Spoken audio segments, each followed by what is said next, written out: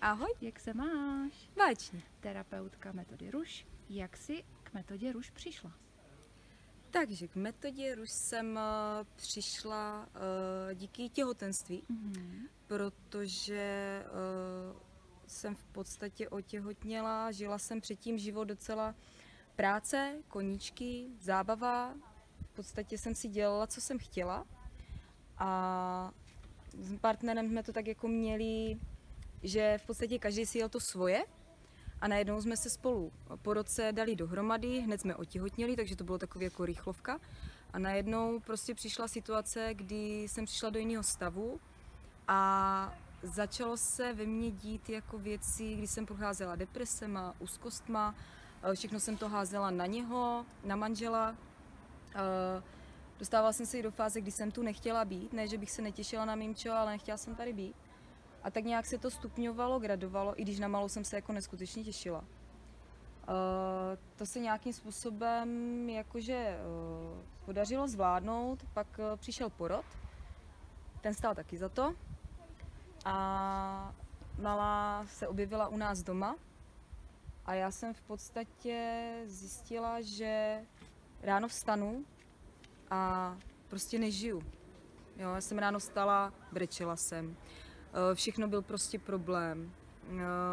Neměla jsem takový to ukotvení, takový to zázemí a ten pocit stability, jistoty, bezpečí, prostě tohle všechno mi chybělo a samozřejmě se to i potom odvíjelo na té malé. A jednoho krásného dne jsem si řekla, že tohle prostě nejsem já, protože jsem byla člověk, který byl usměvavý, pohodář, zábava, sranda a říkám, tohle ne. No a podařilo se mě vlastně dostat, protože jsem řešila migrény. To byl jeden z hlavních i problémů zdravotních, který jsem řešila, protože jsem je měla v podstatě každý den, celý týden, několik měsíců v kuse. Takže to bylo i vyčerpávající. Začala jsem chodit na fyzioterapii a díky svému fyzioterapeutu jsem se dostala vlastně k Rušáčkovi, který mě navedl k tomu, nebo kde jsem prostě zjistila, že tohle chci zkusit.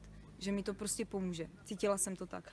Přišla jsem na R1, myslím si, že každý, kdo projde R1, zažije pocit euforie a pocit úplného výbuchu. U dvojky už to nebylo taková euforie, ale v postupem vlastně času, kdy jsem procházela těma kurzama a jsem se dostala vlastně k té dvojce, k terapeutickému kurzu s tím, že budu terapeut, tak musím říct, že za tu dlouhou cestu jsem zpracovala spoustu věcí, jak kdyby, když si představíte obruče. Prostě jedna obruč za druhou praskala a prostě vy jste se najednou cítili takový lehčí, prostě svobodnější, volnější a hlavně ten život prostě byl krásný. Všechno bylo krásný. Dívali jste se na věci, které vás nikdy předtím nenapadly, a že jste viděli prostě jak kdyby to zahalený, ten zahalený svět. A najednou prostě vidíte krásu úplně ve všem. V podstatě mě to otevřelo i cestu k tomu, hlavně k sobě samé. Že jsem se začala mít ráda, začala jsem znát svoji hodnotu, začala jsem si nastavovat hranice a v podstatě mě ten život prostě baví.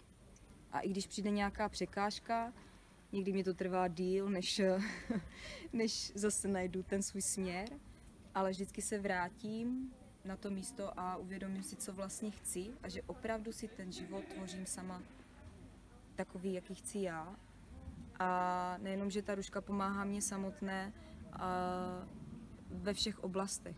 V práci, miluji svoji práci. Zjistila jsem i díky Rušce, že není úplně to být terapeut, ale že prostě ta práce s těma dětma je to, co mě naplňuje a hlavně díky tomu, že pracuji s těma nejmenšíma, tak jim ten život můžu prostě vytvořit nebo ukázat, že to jde prostě jinak a těm dalším, kdo se o ně starají. Takže vytvářím i ten kolektiv kolem sebe, což je super, mít kolem sebe pozitivní lidi. Ještě třeba osobně balancuju ve vztazích, ale už se to blíží k závěru. Jsi říkala, že jsi úspěšně rozvedla? Úspěšně jsem se rozvedla a v podstatě tím, že pracuji sama na sobě, tak teď mám toho ideálního partnera, ten ideální vztah. Ale je to super, protože když člověk na tom nelpí, tak ono to pak přijde samo. U mě třeba to krásně funguje v práci, že si dám nějaký záměr, ale nelpím na tom. Takže a důležité to uvědomění. Takže Ruška mi jako taková dala prostě spoustu. Nejenom ta Ruška samotná, ale i ten kolektiv, protože je krásný mít pocit, že můžete zvednout telefon a někomu zavolat a jenom si třeba tak popovídat, anebo jenom tak prostě blábolit o nesmyslech a jste na té stejné jakože lajni, že je to prostě hezky. Úžasný. Tak jo, užívej si to dál. Děkuji. Ať se ti daří a měj se nádherně.